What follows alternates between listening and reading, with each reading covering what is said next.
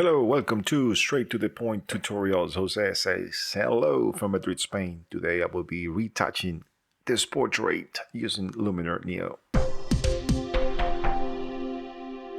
Okay guys, welcome back. As I said, I will be transforming this photograph from this to this using Luminar Neo. Okay guys, before moving into the tutorial, I want to let you know that this photograph and the overlays I will be using to create this portrait are available to download in my website.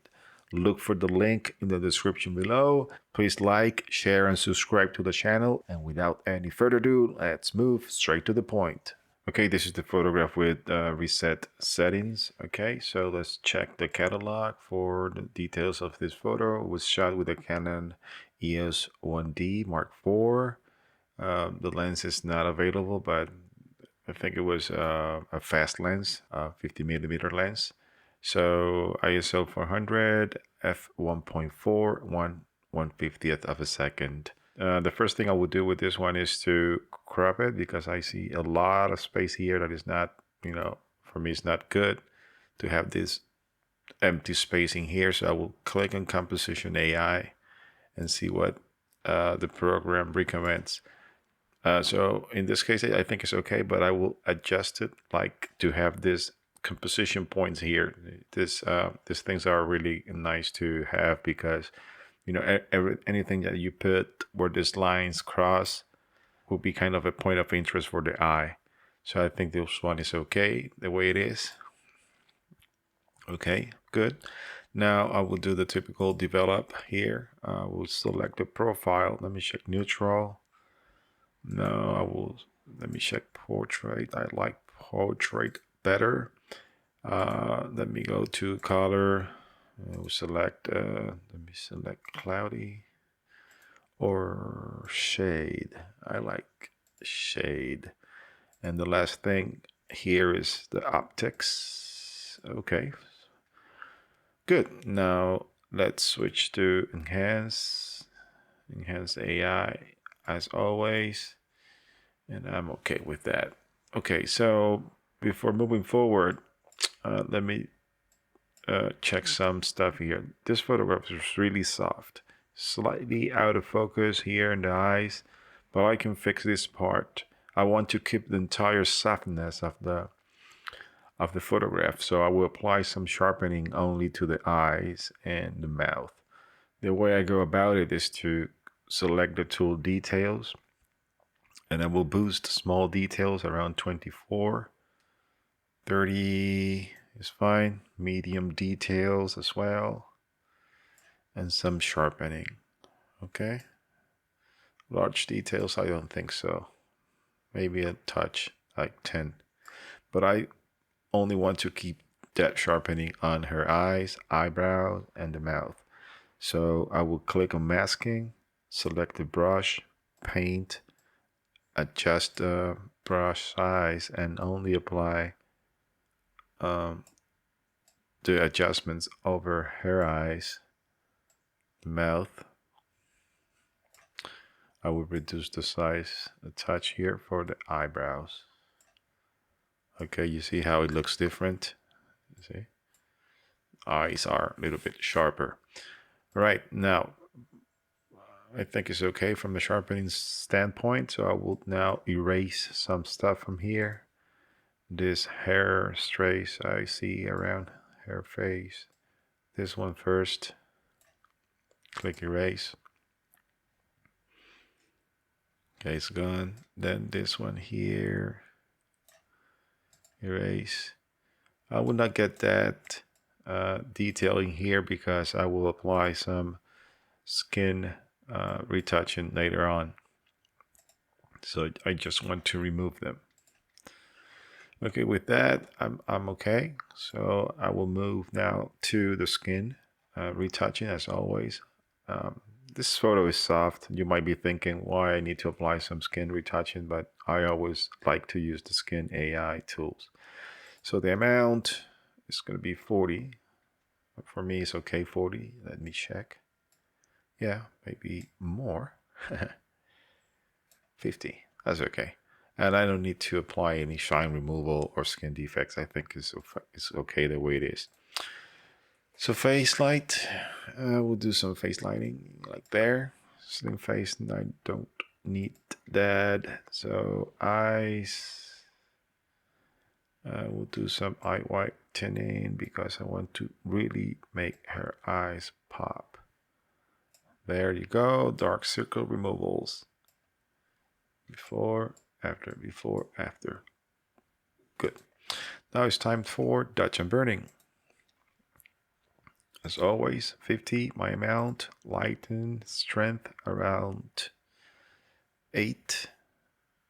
And I will start with the forehead and nose, which is the T area. Okay, I will not apply that much, but here, over her eyes, cheekbones, you see the areas that are highlighted, I'm trying to enhance them more. Not that much. I want to keep the natural look of the photograph. So I will check here. I think it's okay there.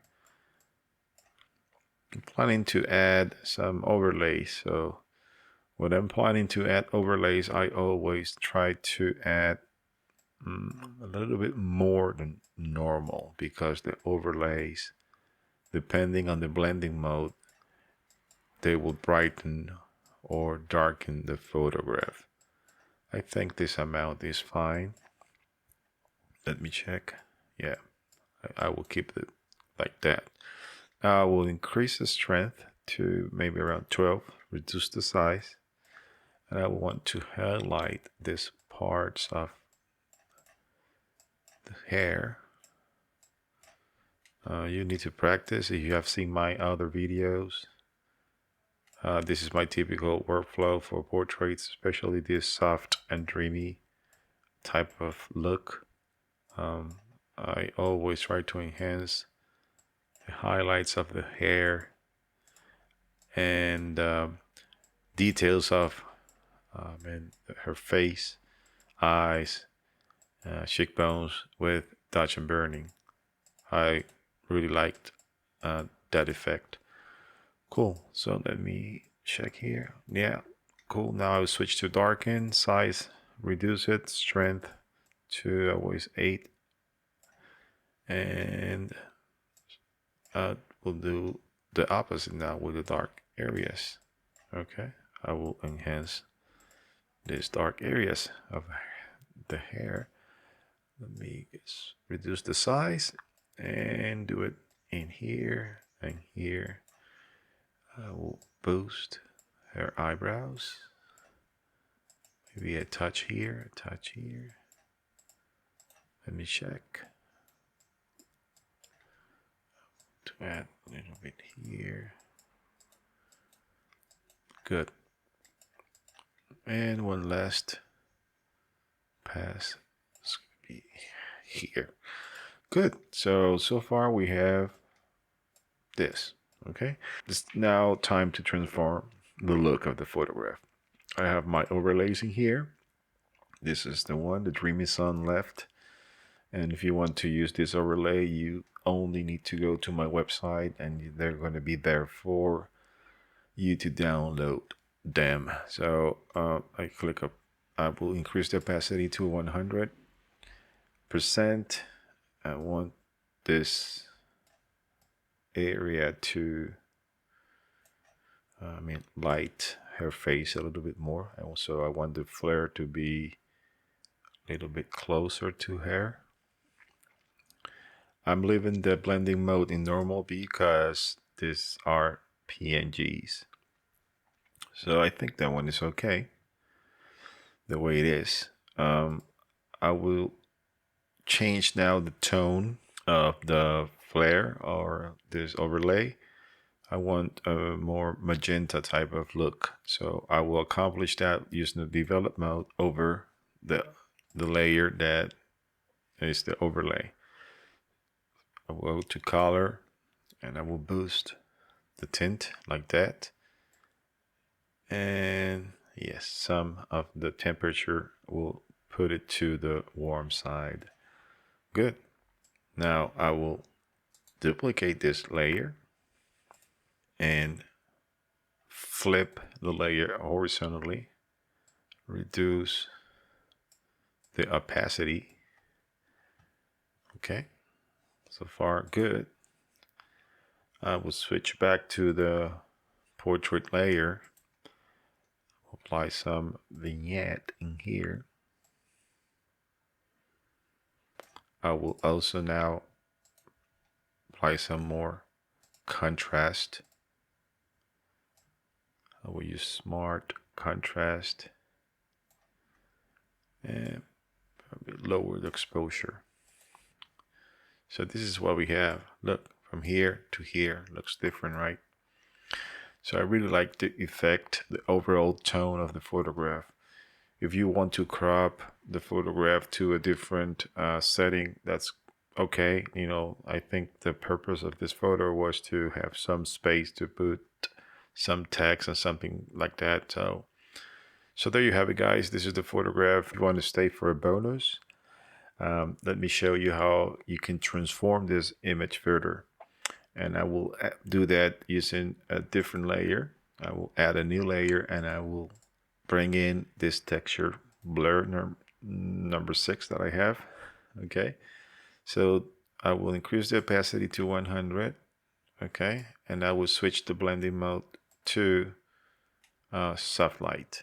So this creates this type of overlay effect with this texture. I don't know how to name it, but I really like the look it creates. If you want to remove the effect over her face, you can easily do that by brushing the effect out. So you click erase, and I will reduce the strength around 60 because I want to keep the tone. So if you think it's too much, you only need to erase it. That's it. Okay, guys. So that was the extra bonus.